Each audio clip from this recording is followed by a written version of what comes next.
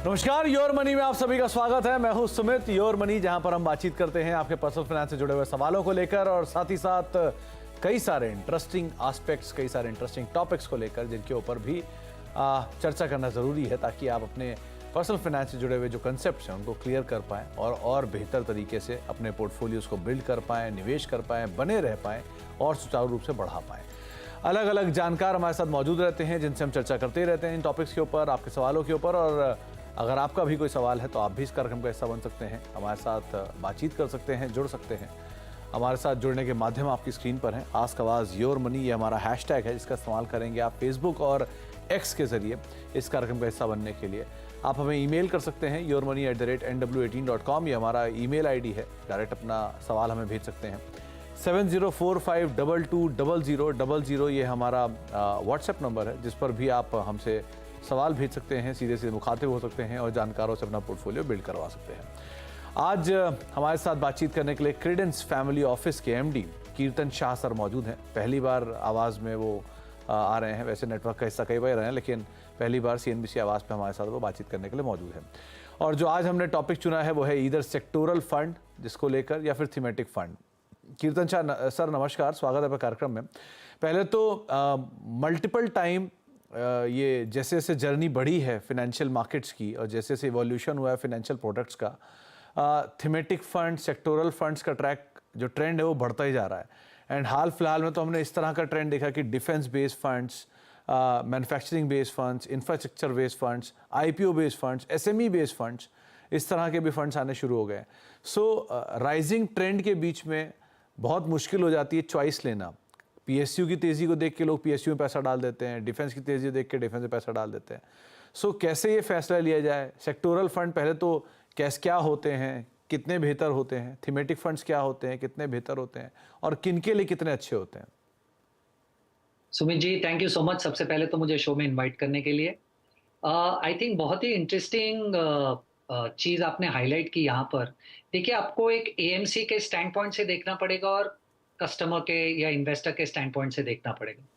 Unfortunately retail investor पिछले 2 या 3 सालों का रिटर्न देखकर किसी भी एक प्रोडक्ट में निवेश करने का सबसे पहले उस नज़रिए से देखता है। तो अगर आप देखेंगे 2000 फंड्स हैं, उनमें से कौन से फंड्स ने पिछले 2 या 3 सालों में सबसे अच्छा किया, टिपिकली इन्वेस्टर उसी फंड में पैसा सबसे पहले निवेश करने की कोशिश करेगा। और ये आप मार्केट के किसी भी साइकिल में कीजिए, आपको हर बार एक थीमेटिक या सेक्टर फंड उन टॉप फंड्स की लिस्ट में दिखेगा ही, जिस फंड ने बहुत अच्छा परफॉर्म किया। क्योंकि किसी भी मार्केट साइकिल में कुछ ऐसे फंड्स या कुछ ऐसे सेक्टर्स होंगे जिन्होंने ब्रॉडर मार्केट को या डाइवर्सिफाइड पोर्टफोलियोज को आउट परफॉर्म किया है। तो सबसे पहले तो थीमेटिक और सेक्टोरियल फंड्स में अंडरस्टैंडिंग डिफरेंस क्या है वो समझना जरूरी है।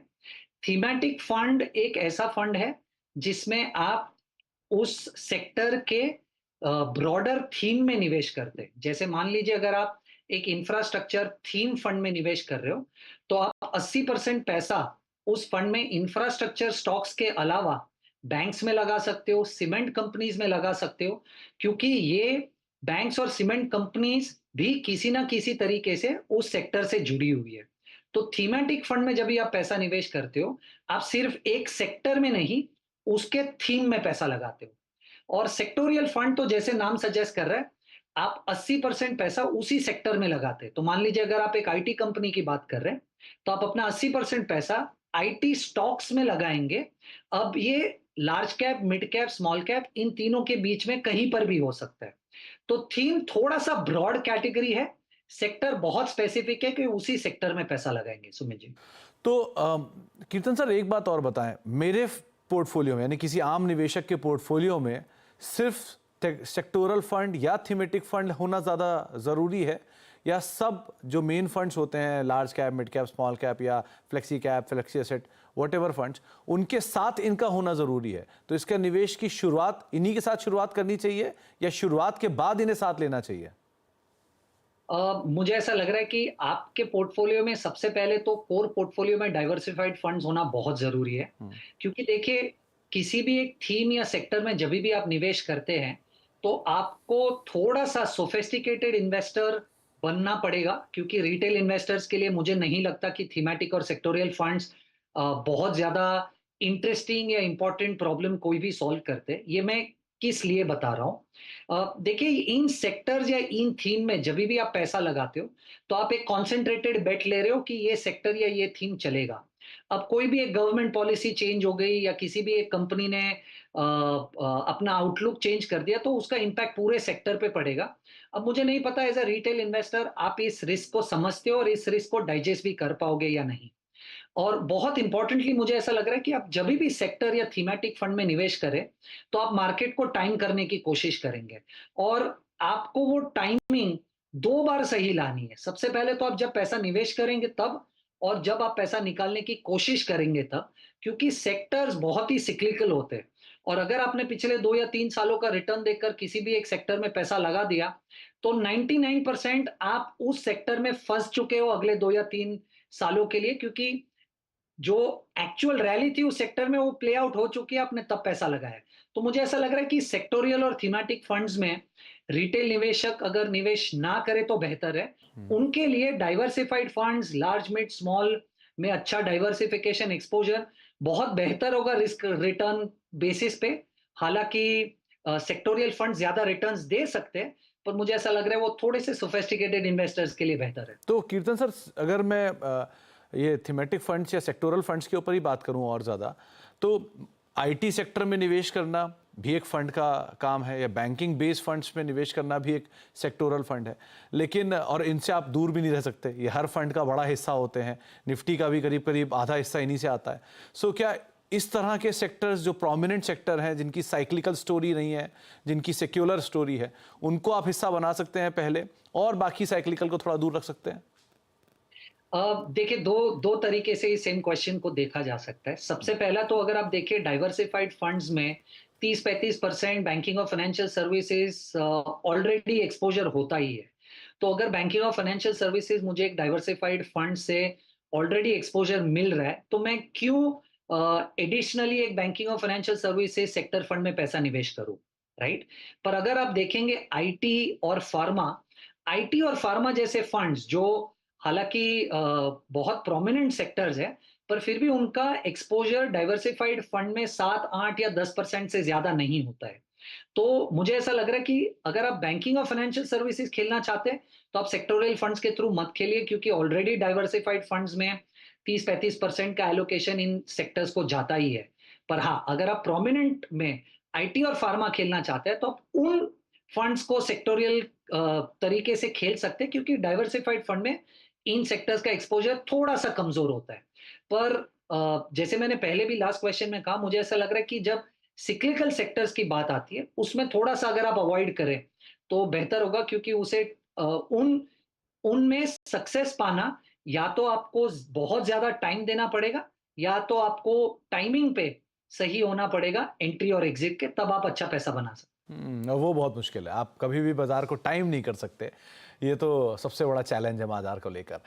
खैर, अब आगे बढ़ते हैं और बातचीत करते हैं कुछ दर्शकों से भी। हमारे साथ सुवर्णा जी मौजूद हैं मुंबई से बातचीत करने के लिए। सुवर्णा जी नमस्कार। Hello sir. हेलो सुवर्णा मैम, क्या हाल चाल? ठीक, फाइन। बताइए मैम, क्या सवाल है आपका? सर मेरा पोर्टफोलियो मैंने भेजा है। जी मैम। कुछ मेरे स्टॉक्स मेरे पोर्टफोलियो में है अभी। स्टॉक्स या mutual funds? Sorry, mutual funds invested किए थे थ्रू एसआईपी। ओके। लेकिन क्या हर बार मतलब ना 2-3 साल के बाद रिव्यू करने के बाद उस फंड में एसआईपी स्टॉप किया, बाद में नया फंड लिया, तो ऐसे करते हुए कुछ अराउंड 13 फंड्स अभी हो गए जिसमें एसआईपी स्टॉप किया, लेकिन फंड वैसे ही पड़ा, मतलब अमाउंट वैसे ही पड़ी है फंड में। जो मैंने रिडीम भी नहीं किया न्यू फंड में, जब भी एसआईपी करते थे ना वो उसमें स्विच भी किया। अभी मेरे प्रेजेंट भी कुछ एसआईपी चल रहे हैं और 6 फंड्स है अराउंड।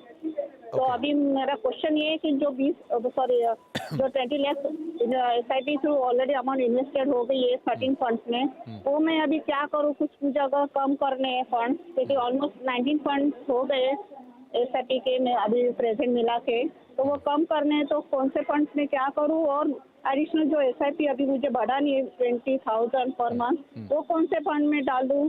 तो स्वर्णा मैम, ये आपका जो इन्वेस्टमेंट है कब से कर रहे हो आप इन्वेस्ट मार्केट्स में? मैं अराउंड 2011 से चल रहा है सर। ओके।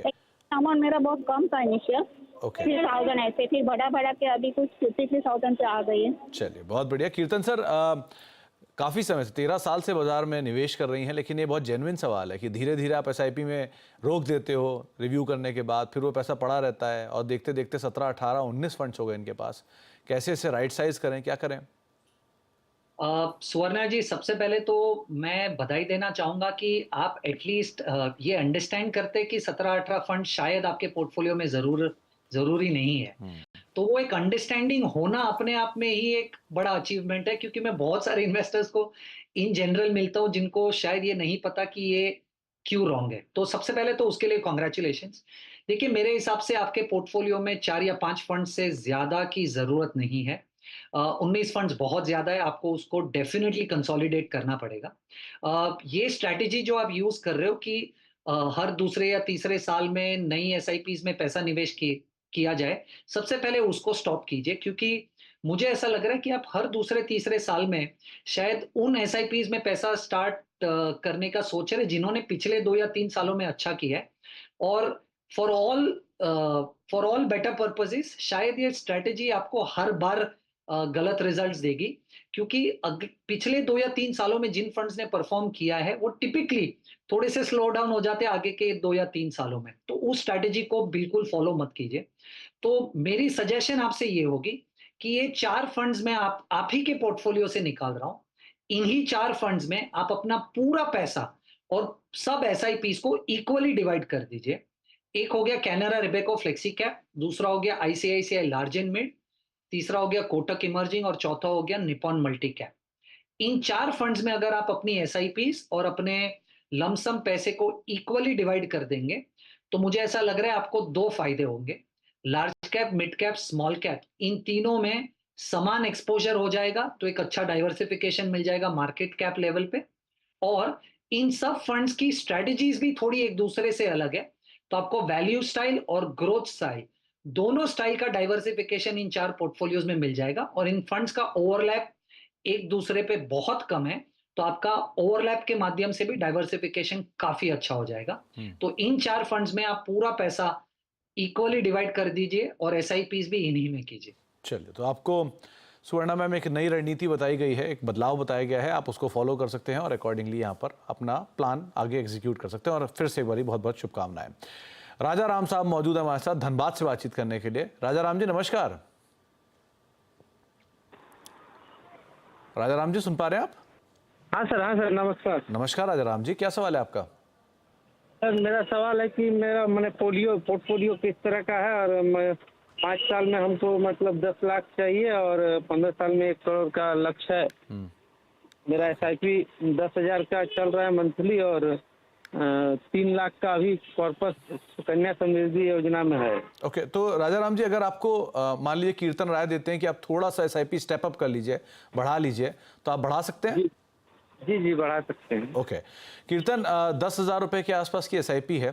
5 साल में इन्होंने कुछ पूंजी की बात की है, लेकिन 15 साल में 1 करोड़ रुपए का लक्ष्य इनका है, मोटा मोटा ही मान के चलते हैं। और पोर्टफोलियो आपको भेजा हुआ है, आप एक बार देखें क्या लगता है आपको, और अगर ये स्टेप अप भी कर सकते हैं तो कितना अचीवेबल है इनके लिए ये? राजा राम जी, सबसे पहले तो आपको अगर 1 करोड़ रुपए की राशि चाहिए आज से 15 सालों में, और अगर मैं अज्यूम करूं कि आप अपने पोर्टफोलियो पर तकरीबन 12% रिटर्न एक्सपेक्ट कर सकते हैं, क्योंकि 12% 15 सालों के लिए आई थिंक एक फेयर एक्सपेक्टेशन है। आप डेफिनेटली उतना सही इन्वेस्टमेंट करेंगे तो अपने इन्वेस्टमेंट से जोड़ पाएंगे। तो आपको तकरीबन 21,000 रुपए की एसआईपी करनी पड़ेगी। तो आज की आपकी एसआईपी जो 10,000 रुपए, उसको बढ़ाकर आपको 21,000 करनी पड़ेगी। मान लीजिए अगर आप एक साथ 10,000 को 21,000 तक ना ले जा पाए, तो आप हर साल 10% से स्टेप अप कीजिए। यानी अगले साल आप 11,000 की एसआईपी कीजिए, उसके बाद वाले साल 12,100 की एसआईपी कीजिए। अगर आप हर साल 10% से स्टेप अप करेंगे तो भी ये लक्ष्य आप 15 सालों में अचीव कर पाएंगे, अगर मैं अज्यूम करूं कि आपको 12% रिटर्न मिलेंगे आपके इन्वेस्टमेंट पर। आपका पोर्टफोलियो काफी अच्छा है राजा राम जी, बहुत सारे चेंजेस मैं बिल्कुल सजेस्ट नहीं करना चाहता। एक ही सिर्फ चेंज सजेस्ट करूंगा आपको, आप अपना एचडीएफसी का जो बैलेंस एडवांटेज फंड है उसको स्विच करके एचडीएफसी निफ्टी 50 फंड ले लीजिए। उसके अलावा बाकी के आपके जो 4 फंड्स है या 5 फंड्स है वो काफी बैलेंस्ड है और उसे कंटिन्यू कीजिए। तो राजाराम जी, आपको रणनीति बताई गई है, थोड़े बदलाव भी बताए गए हैं, आप उन बदलाव को फॉलो कर सकते हैं और अपने गोल को अचीव होता हुआ भी देख सकते हैं। एक ब्रेक का वक्त हो गया, ब्रेक के बाद लौटेंगे, उसके बाद मनोज जी हमारे साथ मौजूद रहेंगे नोएडा से, उनसे हम बातचीत करेंगे उनके सवाल को लेकर भी। छोटा सा ब्रेक के बाद लौटते हुए बातचीत करते हैं। आप देख रहे हैं योर मनी, और योर मनी में हम बातचीत कर रहे हैं आपके सवालों के जवाबों को लेकर भी, और साथ ही साथ कीर्तन सर से हमने बातचीत करी जो सेक्टोरल फंड है, थीमेटिक फंड है, उनके ऊपर भी कि आपके लिए कितना सही है, आपको निवेश करना चाहिए, कब करना चाहिए, कैसे करना चाहिए। अब चलते हैं नोएडा, वहां पर हमारे साथ मनोज गुप्ता जी मौजूद हैं बातचीत करने के लिए। गुप्ता साहब नमस्कार। नमस्कार जी। नमस्कार गुप्ता साहब, क्या सवाल है आपका? बस ठीक है जी। और बताइए सर, क्या सवाल? मैं एक्चुअली वो तो भेजा हूँ पूरा डिटेल लिख करके। जी जी, एक बार देखेंगे उसको। तो गुप्ता जी, मैंने जो सवाल देखा था उसमें आपने एक ऑलरेडी ड्राफ्ट करके अपना पोर्टफोलियो बना रखा है, और आप उस पोर्टफोलियो को रिव्यू चाह रहे हैं कि क्या वो सही है कि नहीं, राइट? दो इशू है, एक तो उसको रिव्यू चाह रहा हूँ जी, और दूसरा क्या है कि जो मेरे को फर्दर इन्वेस्टमेंट करना है, हाँ, एक उसको मैं चाह रहा हूँ कि आप देख करके बता पाएं तो दैट मैं आफ्टर 2 years SWP कर पाऊँ उससे। तो मनोज सर, आप ये कब से मार्केट में हो? Around 5 years।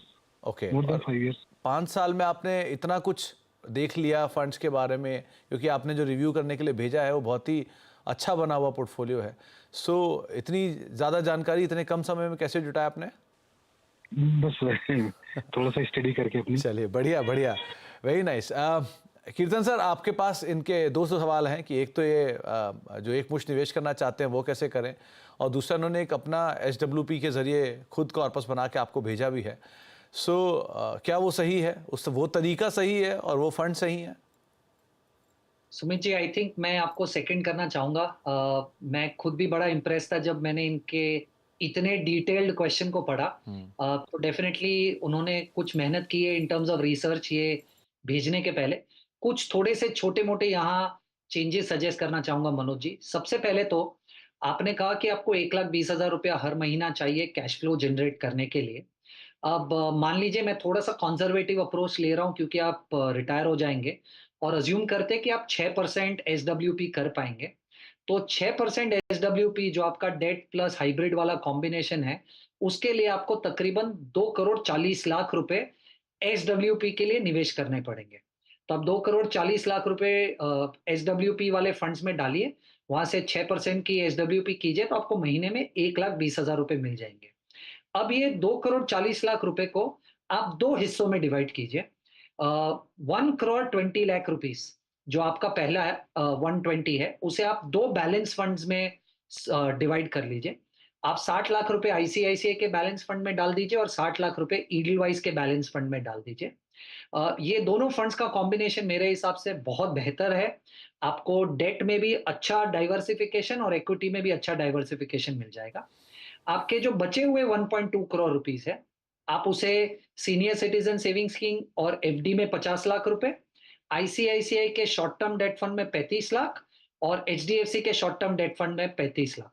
तो ऐसे करके आप अपने 2,40,00,000 रुपए को 1.2 करोड़ बैलेंस फंड्स में और 1.2 करोड़ डेट फंड्स में डालिए, तो आपको 6% के हिसाब से 1.2 लाख रुपीस सालाना मिल जाएंगे, और आपका कॉर्पस भी मेरे हिसाब से ग्रो होना चाहिए, डिप्लीट नहीं होगा।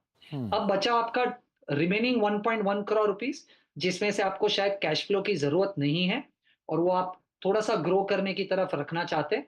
उसमें आपने जो इक्विटी का प्रोपोजिशन सजेस्ट किया है उसे कंटिन्यू कीजिए। एक ही चेंज करना चाहूंगा कि आपने जो एचडीएफसी इंडेक्स फंड में 60 लाख रुपए रखे, उसे आप 70 लाख रुपए कर दीजिए।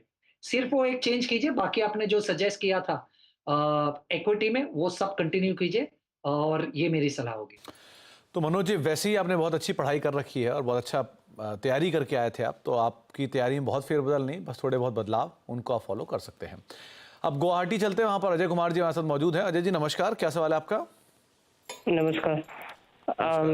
एक्चुअली मैं स्टार्टिंग कर रहा हूँ अभी एसआईपी, मतलब इन्वेस्टमेंट शुरू करना चाहता हूँ, और मिनिमम इन्वेस्टमेंट मैं 20,000 तक कर सकता हूँ। तो मुझे ये जानना था कि अभी मैं क्या क्या फंड में निवेश कर सकता हूँ, ओके। और मेरा दूसरा सवाल ये है कि इन्वेस्टमेंट के लिए हम क्या प्लेटफॉर्म चूज कर सकते हैं, बैंकिंग एप्लीकेशन या फिर थर्ड पार्टी एप्लीकेशन जैसे ग्रो ऐप, ये सब कैसे कर सकते तो हैं? अजय जी, आपकी उम्र अभी 28 साल है जो आपने बताई, राइट?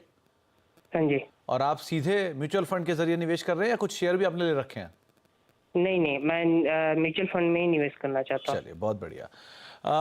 कीर्तन सर, नया निवेश शुरू करने जा रहे हैं और म्यूचुअल फंड के जरिए निवेश की शुरुआत करना चाह रहे हैं। ये बहुत अच्छी बात भी है कि अगर इक्विटी नहीं ज़्यादा समझ में आती डायरेक्टली या रिस्क का एपेटाइट इतना नहीं है तो म्यूचुअल फंड ही सही है।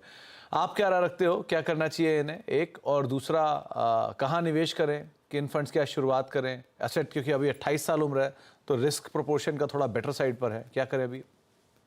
आई थिंक अजय जी, सबसे पहले तो आप सही स्टेप ले रहे हो म्यूचुअल फंड्स के थ्रू, एसआईपी के थ्रू इन्वेस्टमेंट्स शुरू करना। आपका पहला क्वेश्चन था कि आप ये निवेश कहाँ करें, तो मुझे लग रहा है कि आप ग्रो जैसे एप्स पे डेफिनेटली निवेश शुरू कर सकते हैं। तो वो तो आप सब कुछ ऑनलाइन कर सकते हैं, उसमें ज़्यादा कोई आपको तकलीफ नहीं होगी। क्योंकि आप 28 साल के हैं, जैसे सुमित जी ने भी हाईलाइट किया, मैं अज्यूम कर रहा हूँ कि शायद आपके पास बहुत समय है पैसे को ग्रो करने के लिए। पर मैं जो अभी आपको बता रहा हूँ फंड्स निवेश करने के लिए, ये उस अजम्पशन से कर रहा हूँ कि आप एटलीस्ट 10 साल तक निवेश करेंगे और बीच में वॉलेटिलिटी आएगी, उससे थोड़ा सा घबराएंगे नहीं और 10 साल तक अपना निवेश कंटिन्यू करेंगे। इसको ध्यान में रखकर मैं आपको 4 फंड्स में निवेश करने की सलाह देता हूँ। आप एक ICICI prove value discovery fund में पैसा निवेश कीजिए, पीपीएफएस के फ्लेक्सी कैप में कीजिए, क्वांट के मिड कैप में कीजिए और निपॉन के मल्टी कैप में कीजिए। चारों में 5-5 हजार आप निवेश कीजिए। पर जैसे मैंने कहा कि आप मैं ये अज्यूम कर रहा हूँ कि आप 10 सालों तक इस निवेश को कंटिन्यू करेंगे और बीच में छेड़ेंगे नहीं। और क्योंकि आप एक फर्स्ट टाइम इन्वेस्टर है, ये आपको बताना जरूरी है कि शायद पिछले 2 या 3 सालों में आपने जिस तरीके का रिटर्न देखा है वो रिटर्न नॉर्मल नहीं है।